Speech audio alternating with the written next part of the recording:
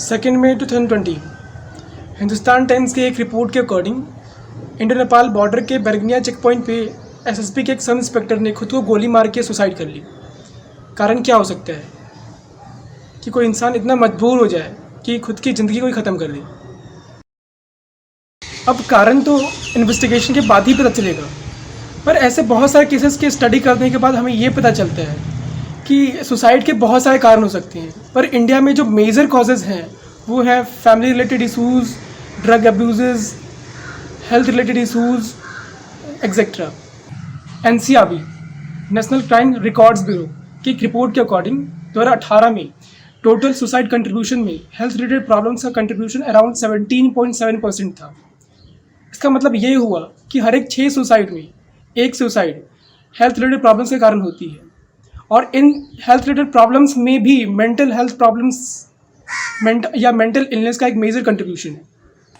आज जब देश लॉकडाउन के कारण घर में है, जिसके कारण लोगों के लाइफस्टाइल में चेंज आ रहे हैं, लोगों के काम करने के तरीक़ों में बदलाव आए हैं, जिसका सीधा इम्पैक्ट लोगों की मेंटल हेल्थ पे पड़ा है। तो आज के सिनेरियो में इसलिए मेंटल हेल्थ के बारे में जानना बहुत ज़रूरी है।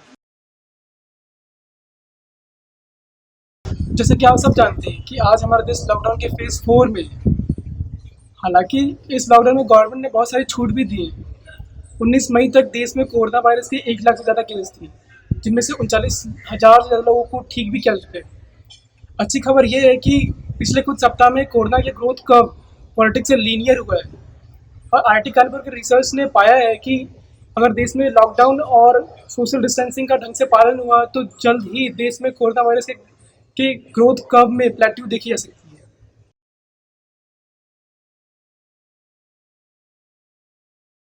WHO के अकॉर्डिंग मेंटल हेल्थ या मानसिक स्वास्थ्य की डेफिनेशन कुछ इस प्रकार है।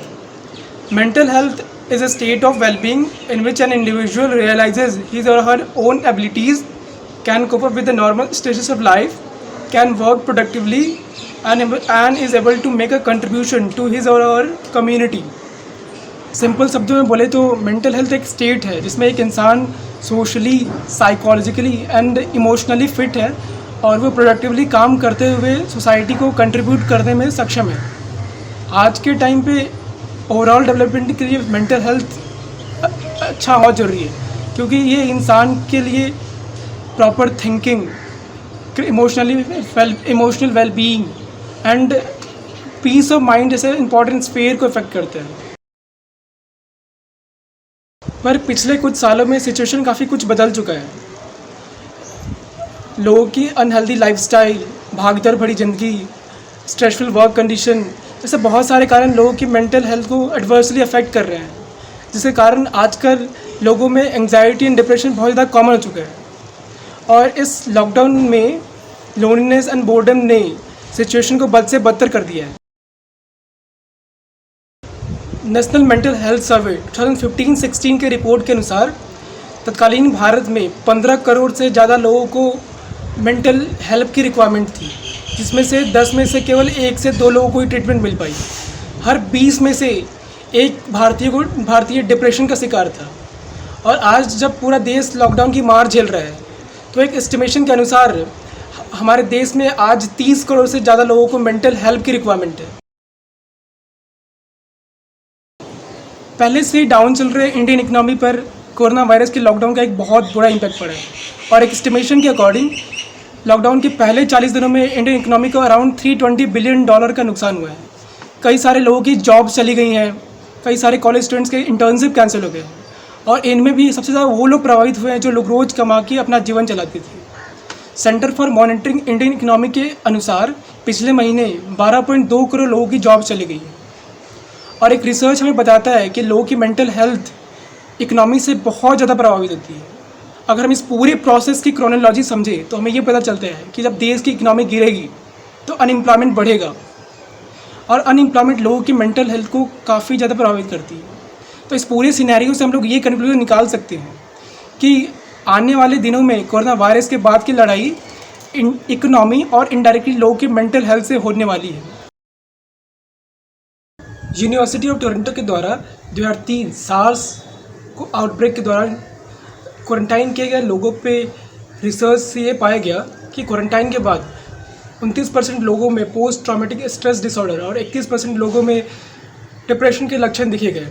और आज जब भारत में 5 लाख से ज़्यादा लोग क्वारंटाइन और आइसोलेशन में है, तो ये रिसर्च बताता है कि ऐसे लोगों को के मेंटल हेल्थ पे क्वारंटाइन का एक नेगेटिव इफेक्ट रहा है, और जिसके कारण ऐसे लोगों को अपने मेंटल हेल्थ के प्रति बहुत ज़्यादा अलर्ट रहने की ज़रूरत है। ये सारे प्रॉब्लम्स, ये सारे चैलेंजेस हमें अपने आने वाले समय के लिए तैयार रहने की ओर इशारा करते हैं। ऐसे मुश्किल समय में हम एक दूसरे का साथ देकर, एक दूसरे की मदद करके इन चुनौतियों से लड़ सकते हैं और इन चुनौतियों पर जीत हासिल कर सकते हैं। अब हम लोग कॉमन मेंटल इलनेस के बारे में डिस्कस करेंगे, जिन्हें आप स्क्रीन पे देख सकते हैं। कुछ कॉमन सिम्टम्स लगभग हर एक मेंटल इलनेस में पाए जाते हैं। ऐसे बीमारियों से जूझ रहे लोगों में हमेशा एक डर या चिंता का माहौल रहता है। इनकी ईटिंग पैटर्न और स्लीपिंग पैटर्न का बैलेंस बिगड़ जाता है। ये लोग या तो बहुत ज़्यादा सोते हैं, खाते हैं, या फिर बहुत कम खाते हैं या फिर सोते हैं। और ऐसे लोगों में तंबाकू, अल्कोहल का कंजम्पशन भी ज़्यादा देखा गया है। और जो लोग पहले से कुछ बीमारियों से जूझ रहे होते हैं, उनकी स्थिति और बुरी हो जाती है। कुछ कॉमन ट्रीटमेंट्स हैं जो कि लगभग हर एक मेंटल इलनेस में हेल्पफुल है। सबसे पहला कि मिनिस्ट्री ऑफ आयुष ने कुछ गाइडलाइंस जारी किए हैं, जिनको फॉलो करने से बॉडी की इम्यूनिटी पावर बढ़ती है, जिसके कारण बॉडी बहुत सारे बीमारियों से लड़ने के लिए मजबूत होता है और उनसे रेसिस्टेंट हो जाता है। आजकल अपडेटेड रहना बहुत ज़रूरी है, बट अपडेटेड रहने के लिए हर समय media, news channel, social media से जुड़े रहना मेंटल हेल्थ पे एक नेगेटिव इम्पैक्ट डाल सकता है, जो कि अवॉइडेबल है। ऐसे बीमारी से जूझ रहे लोगों को ड्रग्स, अल्कोहल, स्मोकिंग से दूर ही रहना चाहिए। आज के टाइम पे एंजाइटी और डिप्रेशन का एक मुख्य कारण लोगों का फैमिली और सोसाइटी से इमोशनल कांटेक्ट की कमी है। ऐसे मुश्किल समय पे ये ज़रूरी है कि हम एक दूसरे के साथ रहें, एक दूसरे का ख्याल रखें और एक दूसरे से जुड़े रहें। जैसे मशीन में ऑयलिंग करने से उसकी फ्रिक्शन कम हो जाती है, उसी प्रकार एक्सरसाइजेज, योगा, मेडिटेशन जैसे बहुत सारे फिजिकल एक्टिविटीज़ हमारे अंदर के फ्रिक्शंस जैसे स्ट्रेस, एंजाइटी को कम करते हैं, जिसके कारण हमारे अंदर एक पॉजिटिव फ्लो का संचार होता है और हमारा बॉडी पूरी तरह से रेजोनेट हो जाता है। प्रॉपर मेंटल हेल्थ के लिए एक प्रॉपर स्लीप पैटर्न होना बहुत जरूरी है। पर अगर आप ऐसे प्रॉब्लम से जूझ रहे हैं तो बहुत सारे ऐप अवेलेबल हैं जिनकी हेल्प से आप अपने स्लीप पैटर्न को सुधार सकते हैं। और एक ऐसी मेडिसिन जो आपको हर समय अवेलेबल है और जो कि फ्री ऑफ कॉस्ट भी है, हंसी, लाफ्टर थेरेपी, बहुत सारे स्ट्रेस और एंजाइटी के लिए हेल्पफुल है। ऐसे बीमारी से बचने के लिए हमेशा मुस्कुराते रहे, खुश रहें। डिप्रेशन इंडिया में एक most common mental health problems है। ऐसे बीमारी से जूझ रहे लोग लंबे समय तक उदास रहते हैं। उनके लिए सही और गलत का फर्क ही नहीं रहता। इनके लिए स्विट्जरलैंड स्लम में कोई अंतर नहीं रहता और ऐसे लोग हमेशा डिसइंटरेस्टेड रहते हैं किसी भी एक्टिविटी में। डिप्रेशन से जूझ रहे लोगों को जल्द से जल्द प्रोफेशनल साइकोथेरेपिस्ट से मिलना चाहिए। साइकोथेरेपी एक प्रोसेस है जिसमें साइकोथेरेपिस्ट आपसे बात करके आपके बीमारी का कारण जानते हैं और उसके बेसिस पर वो आपको ट्रीटमेंट देता है। डिप्रेशन से जूझ रहे लोगों के लिए इंडिया के बहुत सारे schools, colleges and institutions counselling service की फैसिलिटी प्रोवाइड करते हैं और ये फैसिलिटी कॉन्फिडेंशियल होती है, इसलिए ये ऐसे लोगों के लिए काफी हेल्पफुल है। डिप्रेशन के ट्रीटमेंट के लिए बहुत सारे मेडिसिन भी अवेलेबल है और आज लॉकडाउन के टाइम पे टेलीमेडिसिन एक अच्छा काम कर रहा है। टेलीमेडिसिन में बेसिकली आप घर बैठे टेक्नोलॉजी मीडिया के थ्रू अपने डॉक्टर से कॉन्टेक्ट कर सकते हैं और ऐसे बीमारियों के लिए ट्रीटमेंट भी ले सकते हैं। एंजाइटी से जूझ रहे लोगों में हमेशा एक घबराहट सी बनी रहती है। ऐसे लोगों की हार्ट बीट नॉर्मल से ज्यादा रहती है और ऐसे लोगों में ज्यादा स्वेटिंग भी देखने को मिलती है। ऑब्सेसिव कंपल्सिव डिसऑर्डर, ये एक टाइप की एंजाइटी ही है जिसमें जूझ रहे लोगों के मन में हमेशा एक इरेशनल थॉट आते हैं। उन लोगों को पता होता है कि ये गलत है, फिर भी अपने एंजाइटी, अपनी चिंता को दूर करने के लिए वो बार बार ऐसे प्रैक्टिसेस को करते हैं, जैसे कि बार बार हाथ धोना। जब कोई इंसान गहरी सदमा वाली घटना जैसे वॉर, नेचुरल डिजास्टर से गुजरता है, वैसे लोगों में पोस्ट ट्रॉमेटिक स्ट्रेस डिसऑर्डर के लक्षण देखे जा सकते हैं। ऐसे लोगों में बार बार बुरी सदमे वाली घटना के एक फ्लैशबैक आती रहती है। ओसीडी और पीटीएसडी के ट्रीटमेंट में भी साइकोथेरेपी, काउंसलिंग और मेडिसिन काफी हेल्पफुल है। आज भी भारत में मेंटल हेल्थ प्रॉब्लम्स को एक नॉर्मल बीमारी की तरह नहीं देखा जाता है। इन बीमारियों को एक सामाजिक कलंक या सोशल स्टिग्मा से जोड़ दिया जाता है, जो कि काफ़ी गलत है। इसी कारण बहुत सारे लोग जो कि इससे जूझ रहे होते हैं वो खुल के सामने नहीं आते, और आते भी तब है जब काफ़ी देर हो चुकी होती है। इन सब का मुख्य कारण मेंटल हेल्थ प्रॉब्लम्स के प्रति लोगों में जागरूकता की कमी है। ये बीमारियां भी नॉर्मल बीमारियां जैसे टाइफाइड फीवर जैसी ही हैं, जो कि अगर टाइम के अंदर ट्रीटमेंट दी जाए तो लोगों को पूरी तरह से ठीक किया जा सकता है और लोगों की ज़िंदगियां बचाई जा सकती हैं।